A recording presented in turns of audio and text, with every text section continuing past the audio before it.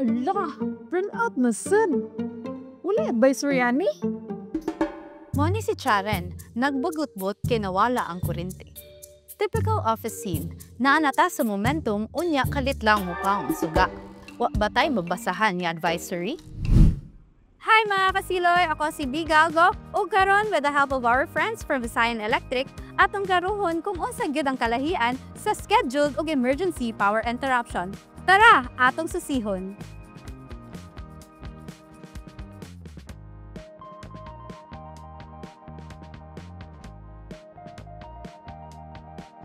Hi, I'm Raymart Avellanosa, the current supervisor for Emergency 24/7 Operation.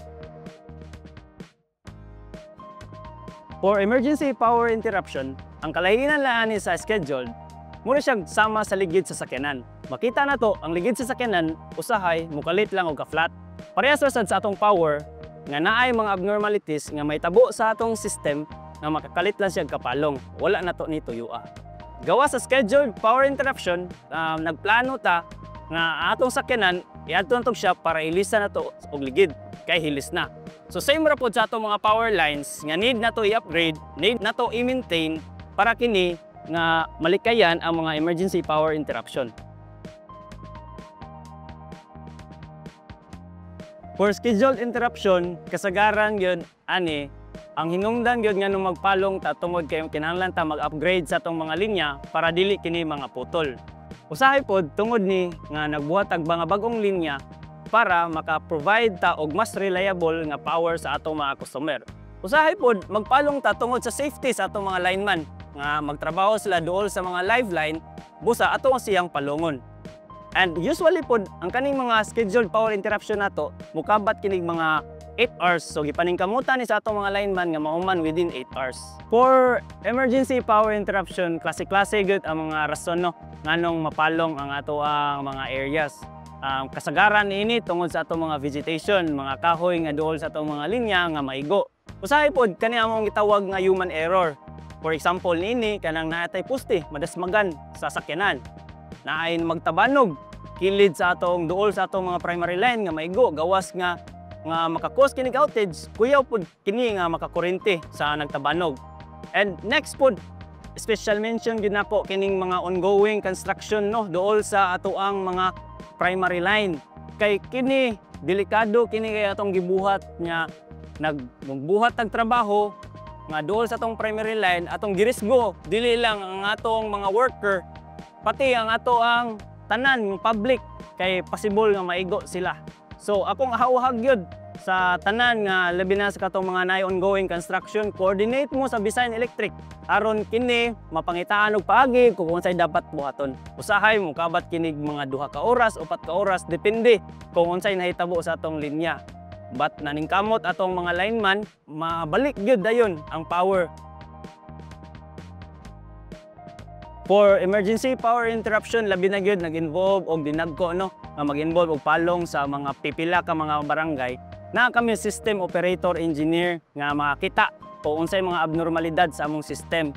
So once sila makakita, mangita gina sila paagi nga maka-provide me og responder padong sa area para makita og unsay cause aron matigaan og sulbad ang problema para mabalik din ang power. For outages nga nag-involve og mga pipila lang ka mga balay like sityo or tulo ka panimalay or usa ka balay, among giawhag ang mga konsumidor nga affected nini nga dapat mo report jud sa among mga hotline 24/7 man kana. So pwede sila mo report bisag kanus-a para kami may aware pod nga naamoy problema sa inyo ang power and among dayon marespondihan.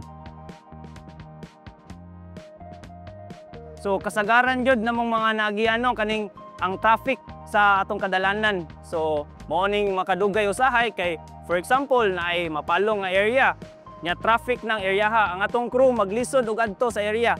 So mao nang naa kami uban pod nga naa kami mga motorbike crews nga nakaandam. So sila mo yung mga nakamotor nga crew nga makalusot-lusot sa kadalanan para sila mo makauna didto, sila mo mo-assess kung unsay problema sa site. And then usahay pod ang constraint po na to nganong ma-prolong pod ang atong mga power interruption tungod sa atong mga usahay mga bad weather condition na to. Labi na gyud anang ulan kay ato man kog gipaningkamutan nga while nagtrabaho atong mga lineman, safety pod sila sa ilang pagpanrabaho. dili ta magdali-dali ato pong itan-aw pod ang ilang seguridad pod. Advice nako sa mga consumer no, if in kasog na ay mga power interruption nga mahitabo sa inyohang panimalay.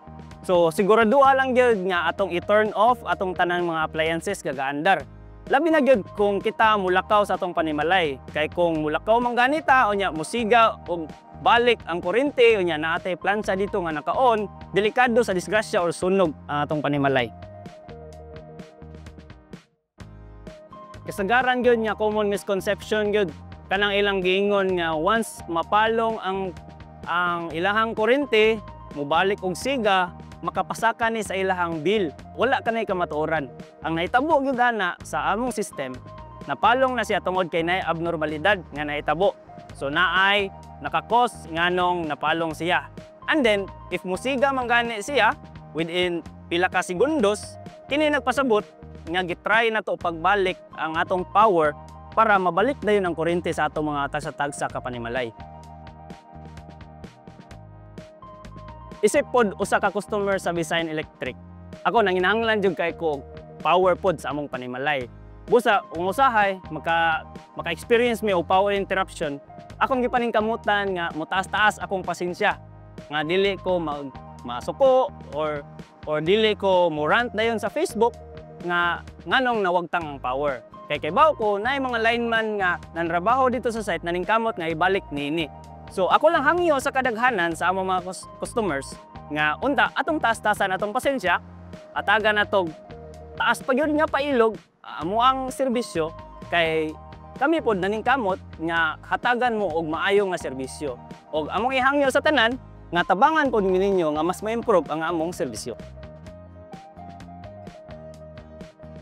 For real-time updates sa Visayan Electric, just follow our official Facebook page, Visayan Electric Company. So naa dito tanan mga real-time updates and announcement sa Visayan Electric. Apan, sigurado jud ko nga dili lang si Charen ang mahasol kung naay power interruptions. Yay! Sika na!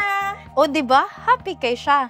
Mao na mga kasiloy, understanding the difference between scheduled and emergency power outages makes all the difference. A big thank you to Mr. Raymart Abellanosa from Visayan Electric for sharing his insights and reminding us on how to stay prepared. Ug salamat sa pikig-uban mga kasiloy. Kita-kita ta sa sunod. This is B. Galgo from CDN Digital.